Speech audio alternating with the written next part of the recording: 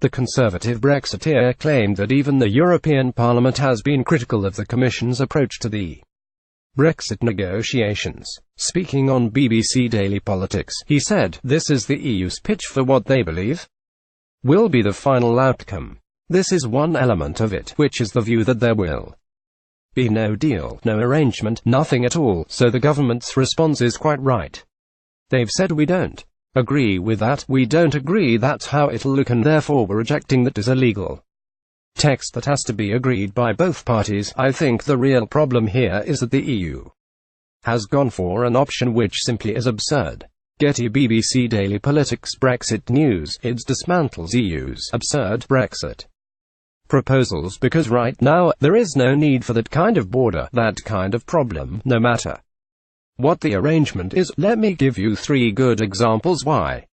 1. They're unreported mostly by any channel that I'm aware of. The head of HMRC, the head of DEFRA, have both appeared in front of the DEXU committee and others, and they were asked, whatever the outcome, do you believe we will have to have a hard border with checks? And they have both said no. The reason they've said that is because they believe the system will allow them quite categorically not to do it. The second bit of that is that in the EU Parliament they themselves have produced a report in which they said this is an opportunity for the EU to agree on a form of frictionless border with the UK and using the right technology that could be applied for the rest of the EU.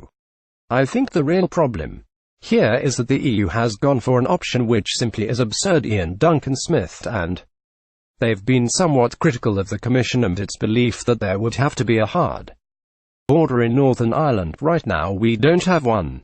We don't need one in the future. It's wholly feasible for us to do that. That would have been far better for them to have put forward as a final fallback option. In her latest Brexit speech, Prime Minister Theresa May has vowed to secure the best trade deal in the world with the EU, setting out her 5 tests that must be met for her deal with Brussels. However, having been accused of cherry-picking by numerous EU leaders, she has now taken aim at them for the comments.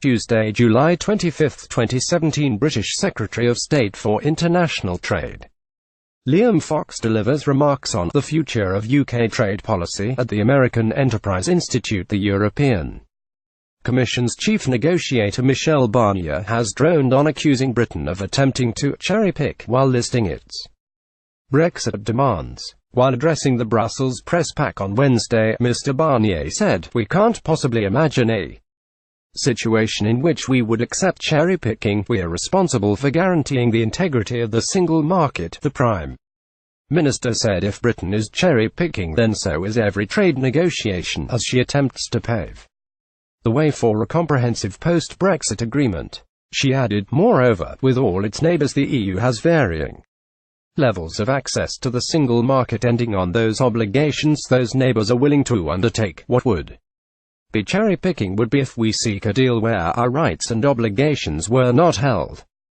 in balance and were categorically clear. It's not what we're going to do. I think it is pragmatic common sense that we work together to deliver the best deal for both sides."